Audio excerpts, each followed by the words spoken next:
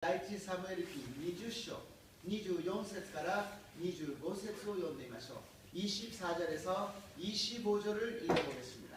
세노 こうしてダビデは野に隠れた。新月祭になって王は食事の席に着いた。王はいつものように壁寄りの席の自分の席に着いた。ヨナタンはその向かい側、アブネルはサウロの横の席に着いたが、ダビデの場所は空いていた。アメン。神様はいろんな姿で私たちに印を合図を与えてくださいます。サインを与えてくださるのです。神様は決して沈黙される方ではありません。私たちは一日が雨だったり晴れていること、風が吹いていること、また私たちが見ている野原や花や草や鳥などを見て、また人々が歩いている姿を見て、神様が生きていらっしゃることを実感することができる。私だけが生きているのではなく、多くの人たちが生きているし、そしてこの天地万物が生きていることが、神様が存在し、私たちを導いていることになっていくのであります。우리는 하나님이 여러 가지 방법으로 우리를 알려주시고 제시해 주십니다. 바람이 불고, 날씨가 좋고, 비가 오고, 또 꽃이 피고, 나무가 흔들리고, 바람이 불고, 사람이 걸어다니는 걸 통하여서 하나님이 살아계시고, 하나님이 나를 생명을 주셨다는 것을 느낄 수 있다는 것입니다. 우리가 마음을 열고 귀를 기울인다면 주님께서 항상 우리에게 침묵하시는 하나님이 아니라 우리에게 말씀해 주시고 우리를 인도해 주실 줄로 믿습니다. 신계사에 나때 食事の時間になりました。ヨナタンがサウルの心を探るためにそこに出席しました。そしたらそこにダビデの席は空いていました。 초하는 날 제사 식사 날이 되어서 요나단이 아버지 사울의 마음을 읽기 위해서 갔습니다. 그랬더니 그 식사 자리에 다윗의 자리는 비어 있었습니다. 비어 있다라는 건 참 마음이 아프지요. 학교에서도 자리가 비어 있으면 친구의 자리가 왜 비어 있느냐. 또 직장이나 가정에서도 자리가 비어 있으면 어디 갔지라는 마음이 듭니다.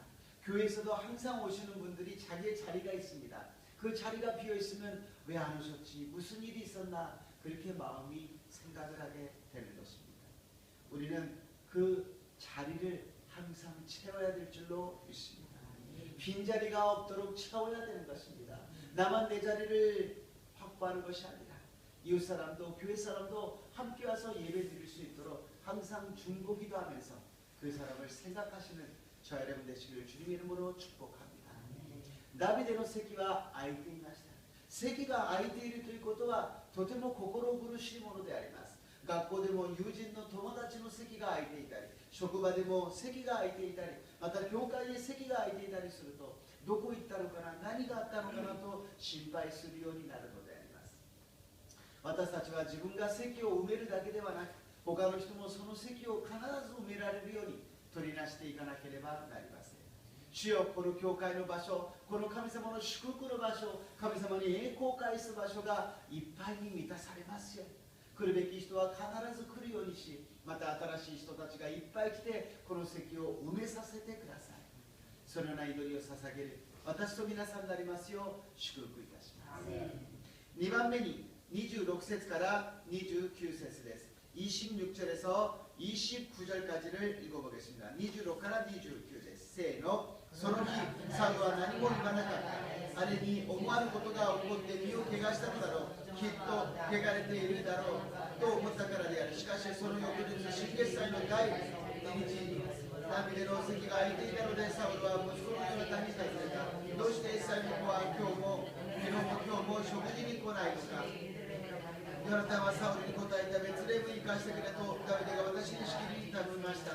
どうか私を生かしてください。私たちも士族はあの町で生贄を捧げるのですが、私の兄弟が私に来るように命じています。今お願いします。どうか私に行かせてください。兄弟たちに会わせてください。と言っていたのです。それでダビデは王の食卓に連ならないのです。アーメン。1日目を欠席した時には何か事故があって、思わぬことがあって自分を怪我してしまったのだろうとサウルは思いましたが、2日目も来なかったので、これはおかしいぞとヨナタンにどうして来ないんだと言ったのです。その時にヨナタンは約束の通り自分の父でありましたが、その緊迫した緊張した状況の中で説明をしなければなりませんでした。その中立に事を運ぶヨナタンには勇気があり、何よりもダビデに対する愛があったのであります。첫째 날은 무슨 사고가 있어서 자기를 더럽혔기 때문에 참석을 못했다고 생각했습니다. 그러나 이틀째 빠지니까는 이것은 이상하다고 생각하고 요나단에게 왜 안 왔냐고 이야기를 했습니다. 이때 요나단은 다윗과의 약속을 수행합니다. 충실하게 이야기했던 것대로 약속한 대로 수행하는 것입니다. 물론 자기 아버지지만은 그 긴박한 긴장한 상황 속에서 이야기를 한다는 것은 참 힘든 일이었습니다. 그러나 요나단은 용기를 갖고 또 다윗을 사랑하는 마음으로 그것을 수행할 수 있었다는 것입니다. 今日一日私たちがいろんなことがあるかもしれません。時にはやりづらい、緊張して不安になることもあるかもしれません。しかし神様との約束がありますから、私たちはその約束を守らなければなりません。福音の証人となりなさい。イエス様に似なさい。イエス様の姿を表しなさい。その時に私たちが負担になり、嫌なことがあったとしても、その約束のことを考え、約束を実行していく私と皆さんでありますよう祝福いたします。私たちがやりたいことがあっても、またやりたくないことがあっても、イエス様が待っています。イエス様が見ています。イエス様が私たちのことを、私たちに委ねてくださった使命を全うしなければなりません。それが今日一日喜びながら、感謝しながら、信仰を持って歩むことでありますから、イエス様が共にいてくださることを信じ歩む私と皆さんになりますよう祝福いたします。주님께서 우리에게 주신 사명을 복음을 들고 나가는 것입니다. 오늘 하루를 주님께서 주셨기 때문에 주님을 믿고 주님을 의지하고 찬양하고 믿음으로 전진해 나가는 것입니다. 그랬을 때 주님께서는 기뻐하시고 우리에게 큰 축복을 허락하여 주실 줄로 믿습니다. 3番目に 30節から 34節です。 30절에서 34절까지를 읽어보겠습니다. 30から34です。せーの。サウルはヨナタンに怒りを燃やしていった。このバイタの息子め、お前がエッサイの子にエコひいきして自分を恥ずかしめ、自分の母親の恥をさらしているのをこの私が知らなくても思っているのか。エッサイの子がこの地上に生きている限り、お前もお前の王位も危うくなるのだ。今人をやってあれを私のところに連れてこい。あれは殺さなければならない。ヨナタンは父サウルに答えていった。なぜあの人は殺さなければならないのですか。あの人は何をしたというのですか。するとサウルは槍をヨナタンに投げつけて撃ち殺そうとした。それでヨナタンは父がダビデを殺そうと決心しているのを知った。ヨナタンは怒りに燃えて食卓から立ち上がり、新月祭の2日目には食事を取らなかった。父がダビデを侮辱したので、ダビデのために心を痛めたからである。アメン。サウルは怒りました。ダビデを殺さなければならない。ダビデがいるとお前も私も王位が危ういのだ。ダビデは真面目な部下でありました。なのに敵だと思ってしまうんですね。私たち身の回りにいる人たちは決して敵ではありません。みんなが協力者であり、みんなが助け合うために与えられた神様からの贈り物でありますから、悪魔サタンの試みに誘惑に陥らないで、いつも愛の目で助け合い協力し合う私と皆さんになりますよう祝福いたします。サウロは怒りました。사울왕은 화를 냈습니다. 그리고 다윗을 죽여야 된다고 이야기를 합니다. 죽이지 않으면 우리의 왕위가 위험해진다고 이야기하는 것이죠. 다윗은 참 착한 충실한 부하였는데 오히려 원수라고 생각한 것입니다. 우리도 둘러있는 사람을 어쩔 때는 우리의 돕는 사람이 아니라 우리의 원수라고 대적으로 생각해버리고 많이 합니다. 하나님은 절대로 나쁜 것을 우리에게 예비하지 않으십니다. 도와주는 사람을 좋은 사람을 우리들에게 붙여주시는 것입니다. 한마디가 우리들에게 보이게끔 그 사람이 원수처럼 보이게끔 유혹을 주고 시험을 주는 것입니다. 거기에 절대로 우리가 속지 마시고 주님의 눈으로 십자가의 눈으로 바라보시기를 주님의 이름으로 축복합니다. イエス様は昨日も今日もいつまでも変わることがありません。そのイエス様を信じて私たちは変わらない信仰を持たなければなりません。サウロは槍を持ってヨナタンを殺そうとしました。その時にヨナタンは決心するのです。父はダビデを殺そうとしている。そして私の愛するダビデを侮辱した。そして立ち上がり、怒りを燃やし、その場所を去っていきました。そしてダビデのために心を痛めたのであります。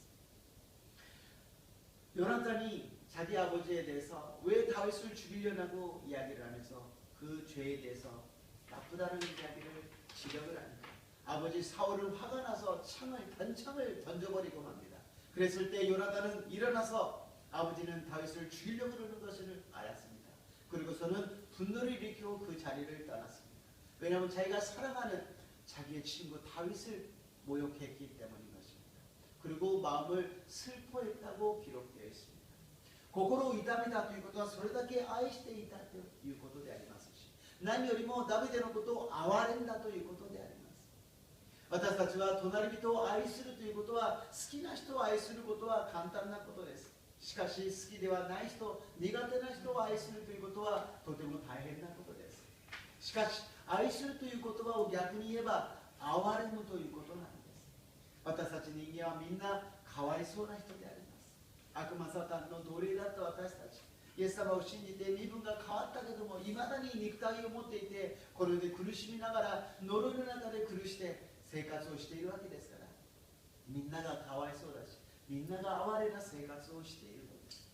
イエス様の目を通して憐れむ心を見ましょう。憐れむ心を持ちましょう。そうすれば全ての関係が回復されると信じます。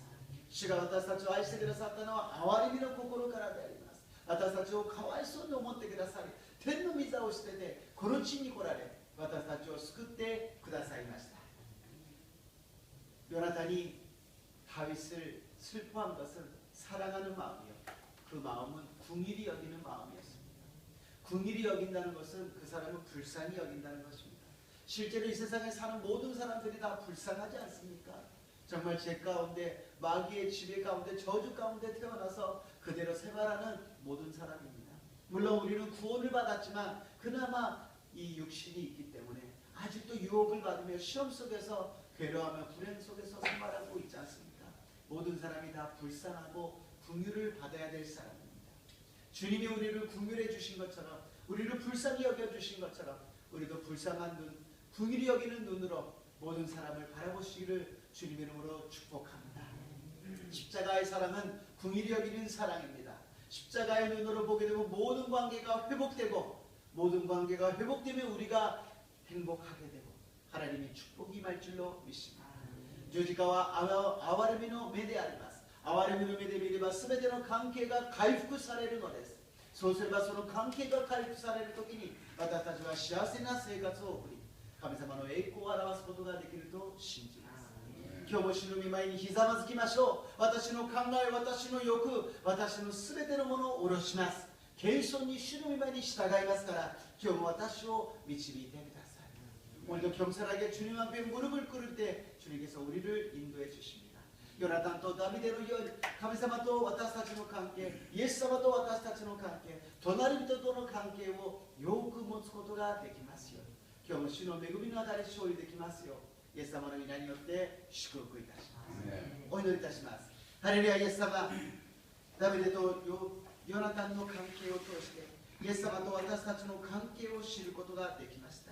主よ、どうぞ私たちは人々を敵だと思わないで、憐れみの目を持って愛することができますように、私たちは常に十字架の前にひざまずき謙遜になることができますように、私たちの考え、私たちの欲ではなくイエス様の考え、イエス様の姿が現れるようにしてください。今日一日総店に集まった一人一人を祝福してください。